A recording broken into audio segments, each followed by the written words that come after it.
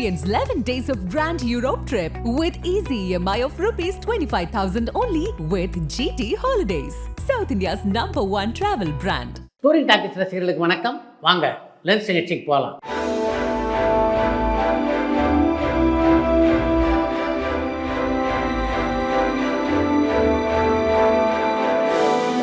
என்னம்மா முதல் கேள்வி? நடிகை குட்டி பத்மினி எத்தனை திரைப்படங்கள்ல நடிச்சிருக்காங்க, ஏன் இப்போல்லாம் அவங்கள படங்கள்ல பார்க்க முடியறது இல்லைன்னு சென்னையில இருந்து சந்தனகுமார் கேட்டிருக்காங்க. குட்டி பத்மினி தன்னுடைய 3வது வயதிலே சினிமா துறையில நடிக்க வந்தவங்க. அதுக்கு பின்னாடி பார்த்தீங்கன்னா ஏறக்குறைய 60 ஆண்டு காலம் தொடர்ந்து நடிச்சிட்டு இருந்தாங்க. இப்போ அவங்க திரைப்படங்களில் அதிகமாக நடிக்கிறதுல பட தயாரிப்பிலே தன்னுடைய முழு கவனத்தையும் செலுத்தி கொண்டிருக்கிறார்கள். சென்னை, ஹைதராபாத், மும்பை என்று தினமும் பறந்து கொண்டே இருக்கின்ற ஒரு நடிகை தான் குட்டி பத்மினி. சினிமா ஷூட்டிங்ல தொழில்நுட்ப கலைஞர்களை சேர்த்துக்கிறதும் நீக்கிறதும் ஹீரோக்களுடைய ஆதிக்கத்துக்கு கீழே வருமானு அண்ணம்பேர்ல இருந்து குப்பராஜ் கேட்டிருக்காங்க. படப்பிடிப்பிலே தொழில்நுட்ப கலைஞர்களை சேர்த்துக் கொள்வதும் விலக்குவதும் இயக்குநர்களின் கட்டுப்பாட்டில் உள்ள விஷயமே தவிர ஹீரோக்களுடைய கட்டுப்பாட்டில் உள்ள விஷயம் இல்லை.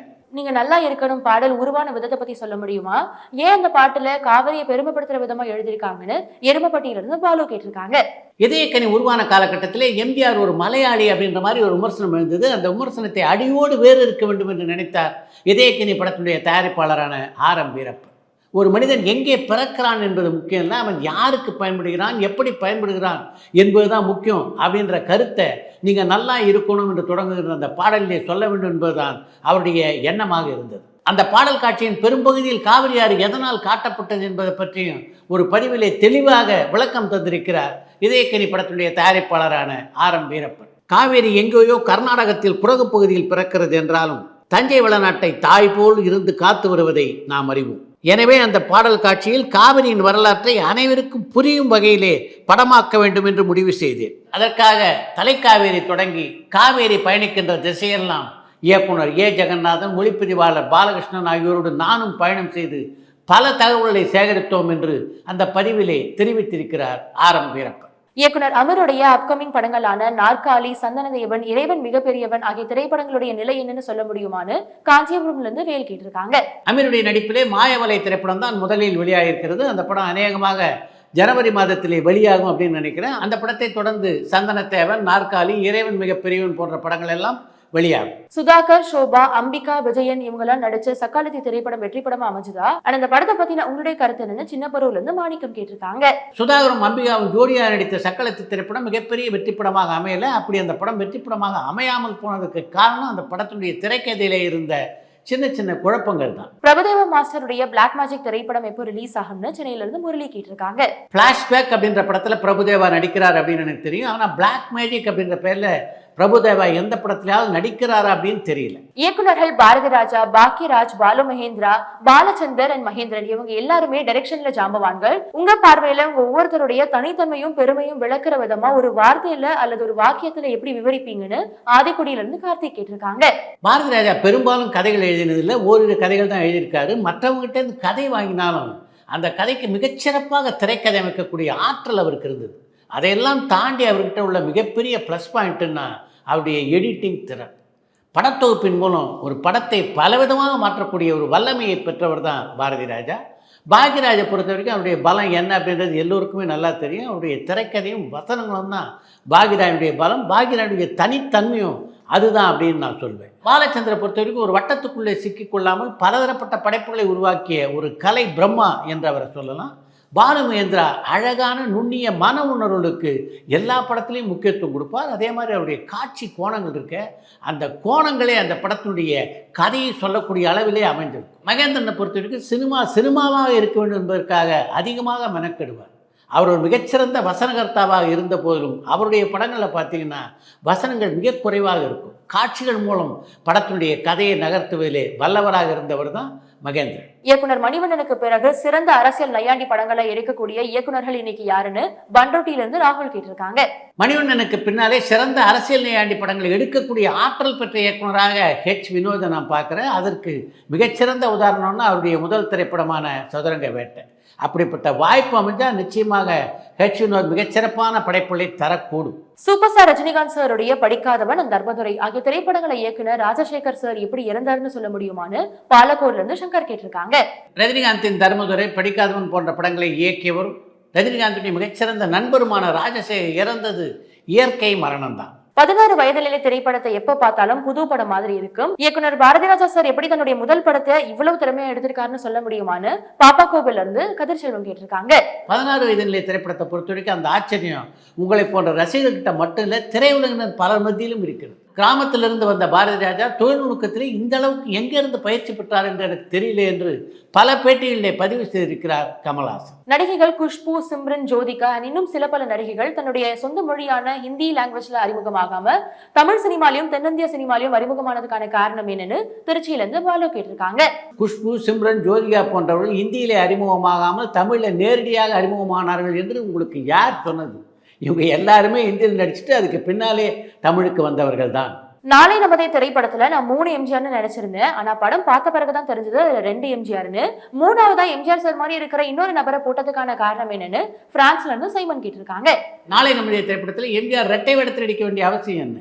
3 சவர்களும் ஒரே மாதிரியான தோற்றத்திலே இருந்தார் என்பதை காட்டுவதற்காகத்தான் 3வது நடிகையும் அந்த தோற்றத்திலேயே அவர் ஒப்பந்தம் செய்திருப்பார்கள் அப்படின்னு நான் நினைக்கிறேன். பழம்பெரும் நடிகைகளான சாவித்ரி அண்ட் தேவிகாவுடைய தாய்மொழி தெலுங்கு. ஆனா அவங்க எப்படி தமிழ்ல அவ்வளவு சரளமா டைலாக் பேசினாங்க, அதை அவங்க எப்படி சாத்தியமாக்குனாங்க, அவங்களுடைய தமிழ் ஆசிரியர் யாருன்னு கோயம்புத்தூர்ல இருந்து அஜய் கேட்டிருக்காங்க.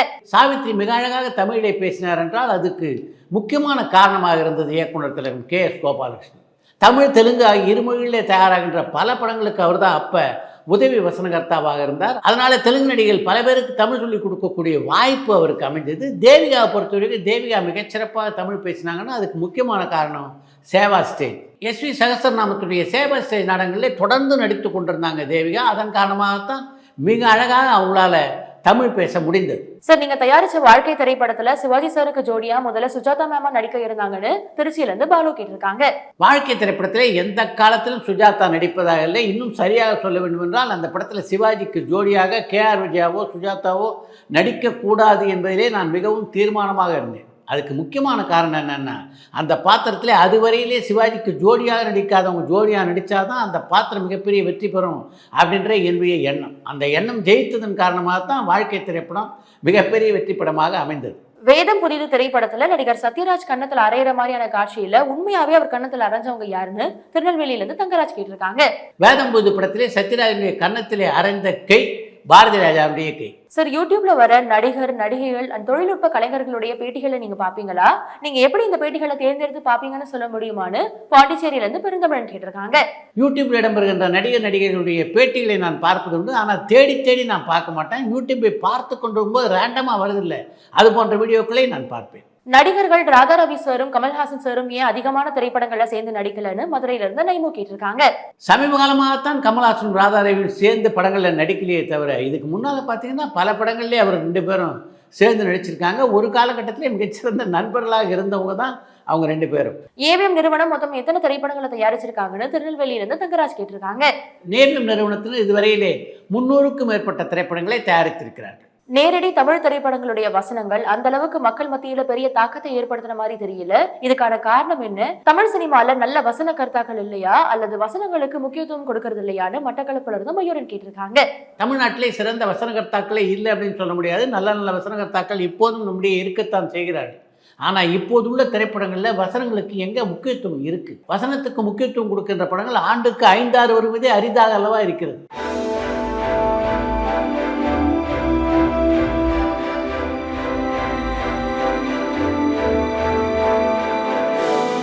சார், சினிமால ஷார்ட் டிவிஷன் சொல்றாங்களே, அப்படின்னா என்னன்னு சொல்ல முடியுமான்னு கோயம்புத்தூர்ல இருந்து குமார் கேட்டிருக்காங்க. உங்களுடைய கேள்விக்கு ஒரு காட்சியின் மூலம் பதில் சொல்லலாம் அப்படின்னு நினைக்கிறேன். உதாரணத்துக்கு ஒரு படத்தில் ஒரு கதாநாயகனுடைய தம்பிக்கு அடிபட்டு விடுகிறது அப்படின்னு வச்சுக்கோங்க. முதல்ல தம்பிக்கு அடிபடுகின்ற ஷாட்டை காமிப்பாங்க. அதற்கு பின்னாலே அதை பார்க்கின்ற கதாநாயகன் திரும்பி க்ளோஸ்அப்பில் பார்ப்பார். அதற்கு பின்னாலே அவருடைய பக்கத்தில் அவர் போவார். இதையெல்லாம் ஒரே காட்சியில் படமாக்குறாங்க. முதல்ல அந்த பையனுக்கு அடிபடுவது, அதற்கு பின்னாலே அந்த கதாநாயகன் திரும்பி பார்ப்பது அண்மை காட்சியிலே படமாக்கப்படும். அதைத் தொடர்ந்து அந்த கதாநாயகன் தன்னுடைய தம்பியின் அருகிலே செல்வார். அருகிலே சென்றவுடன் அவரை பார்ப்பார். அவரை பார்க்கறது திருப்ப அவருடைய கண்ணையோ அவருடைய முகத்தையோ க்ளோஸ்அப்பில் காட்டுவாங்க. எந்த இடத்துல அடிபட்டு இருக்குன்றதை பார்க்குறாருல, அது ஒரு தனி ஷாட். இப்படி காட்சிகளை தொகுப்பது தான் ஷார்ட் டிவிஷன் என்பது. அடுத்து இன்று ஒரு தகவல். ஒரு திரைப்படத்தினுடைய வெற்றி தோல்வி ஒரு கலைஞனை எந்த அளவு பாதிக்கிறதோ அதற்கு சற்றும் குறைவில்லாமல் அவருடைய குடும்பத்தினரையும் பாதிக்கும் அப்படின்றதான் உண்மை. அப்படிப்பட்ட ஒரு நிகழ்ச்சியை தான் இன்றைக்கு இந்த ஒரு தகவலிலே உங்களோடு நான் பகிர்ந்து கொள்ளிருக்கிறேன். வசந்த பாலனுடைய இயக்கத்திலே உருவான வெயில் திரைப்படம் வெளியான போது அவருக்கு ஏற்கனவே திருமணம் ஆகிவிட்டது. அவருடைய மனைவி விருதுநகருக்கு அந்த படத்தை பார்ப்பதற்காக புறப்பட்டு சென்றாங்க. அப்போ இவர் சென்னையில் இருக்கிறார். அந்த படத்தை பார்த்து விட்டு தன்னுடைய மனைவி என்ன சொல்ல போகிறாள் என்ற பதட்டம் வசந்த பாலனுக்கு இருந்தது என்றால் அதற்கு முக்கியமான காரணம் அந்த வெயில் திரைப்படம் வெற்றி பெற்றால் தான் அவருடைய வாழ்க்கை சக்கரம் சீராக ஓடும் என்ற நிலைமையிலே அவர்கள் இருந்தது தான். படத்தை பார்த்துவிட்டு தன்னுடைய மனைவி ஊருக்கு புறப்பட்டு சென்று விட்டாள் என்ற தகவல் வசந்த பாலனுடைய சகோதரன் மூலம் அவரை வந்தடைந்தது. அதுக்கப்புறம் தன்னுடைய மனைவியுடைய தொலைபேசிக்காக காத்து கொண்டிருந்தார் வசந்த பாலன். இரவு 12 மணிக்கு வசந்த பாலனுடைய மனைவி அவருக்கு ஃபோன் செய்தார். அவங்க ஃபோன் பண்ணோடனே படம் எப்படி இருந்தது என்று வசந்த பாலன் கேட்டபோது, படத்தை நான் பார்க்கவே இல்லைங்க என்று அழுதபடி சொன்ன அவரது மனைவி, இந்த படத்தை மக்கள் எப்படி ரசிக்கிறாங்கன்னு அவங்களையே தான் பார்த்துட்டு இருந்தேன், எல்லாரும் கைத்தட்டினாங்க, அவங்க எல்லாரும் கைத்தட்டி அப்படி படத்தை ரசித்த போது எனக்கு ரொம்ப சந்தோஷமாக இருந்தது என்று தன்னுடைய மனைவி சொன்னபோது, படம் மிகப்பெரிய ஹிட் என்ற வெற்றி செய்தியை தன்னுடைய மனைவியிடம் சொல்லி சந்தோஷப்பட்டார் வசந்த பாலன். அப்படியாங்க என்று என்னிடம் கேட்ட என்னுடைய மனைவி அழுதாள், சிரித்தாள். இது வெயில் திரைப்படத்துக்கு மட்டும் இல்லை, இன்று வரை தொடர்ந்து கொண்டிருக்கிறது என்று ஒரு பத்திரிகை பேட்டியிலே பதிவு செய்திருக்கிறார் வசந்த பாலன்.